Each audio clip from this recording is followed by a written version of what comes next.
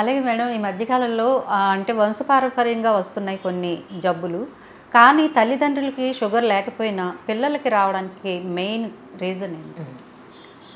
బేసిక్గా మనం ముందు నుంచి చెప్పుకున్నట్లు షుగర్ అన్నది life style type 2 sugar. Okay, type 1ని పక్కన పెట్టేద్దాము. ఇది లైఫ్ స్టైల్ వల్ల తయారవుతున్న జబ్బు, తయారు చేసుకున్న జబ్బు. ఓకే ఓకే, తల్లిదండ్రుల లైఫ్ స్టైలు వాళ్ళు చిన్నప్పుడు బాగా ఉంటుంది. వాళ్ళ లైఫ్ స్టైల్ లేట్గా స్టార్ట్ అయ్యి ఉంటుంది. ఈ సెడెంటరీ లైఫ్ స్టైలు, ఈ హై కార్బోహైడ్రేట్ డైట్, లేదా వాళ్ళకి బర్గర్లు పిజ్జాలు ఫాస్ట్ ఫుడ్లు ఇష్టం ఉండవు. ఎందుకంటే వాళ్ళు చిన్నప్పుడు అది తిని ఉండలేదు కాబట్టి.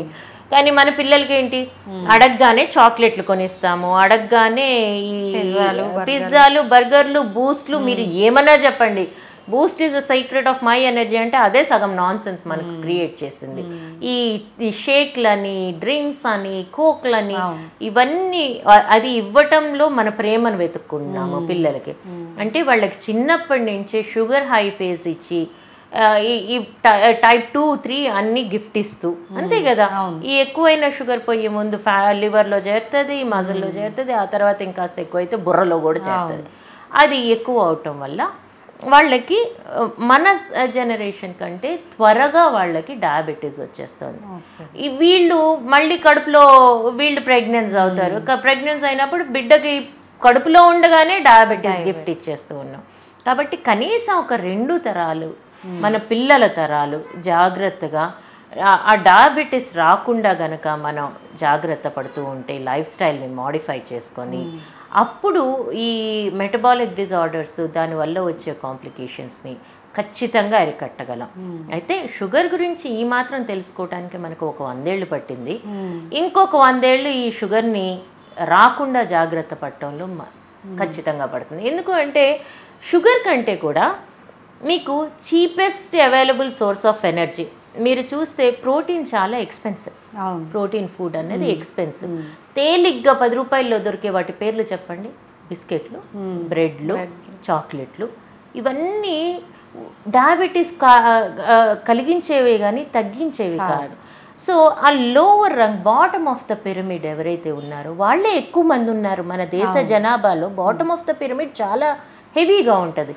వాళ్ళకి అనారోగ్యం కలిగించే ఆహారమే చాలా తక్కువ కాస్ట్లో దొరకటం వలన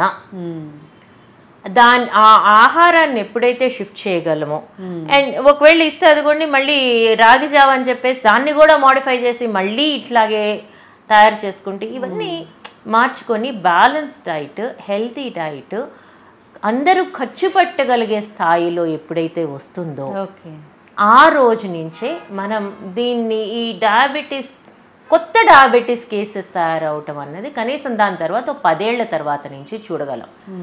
అప్పటిదాకా మాత్రం అది చాలా పెద్ద ఛాలెంజ్.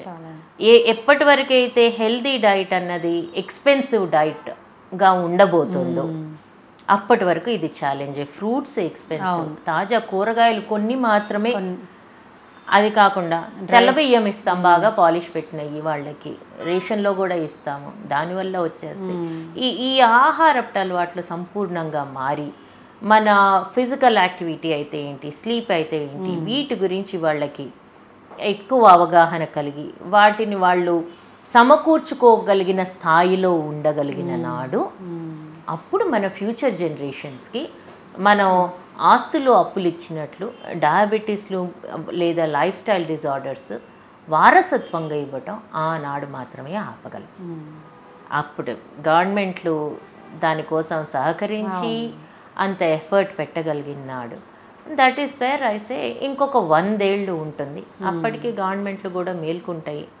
మేల్కొని వాళ్ళు చేయాల్సిన వరకు అప్పటిదాకా ఈ షుగర్ని తగ్గించుకోవటము, వెనక్కి పంపుకోవటం అన్నది కేవలం ఎఫోర్డబుల్ క్లాస్ వరకు మాత్రమే చేయగలిగిన యాక్టివిటీ అవుతుంది. చాలా మంచి విషయాలు చెప్పారు madam. Thank you very much. Thank you very much. Thank you.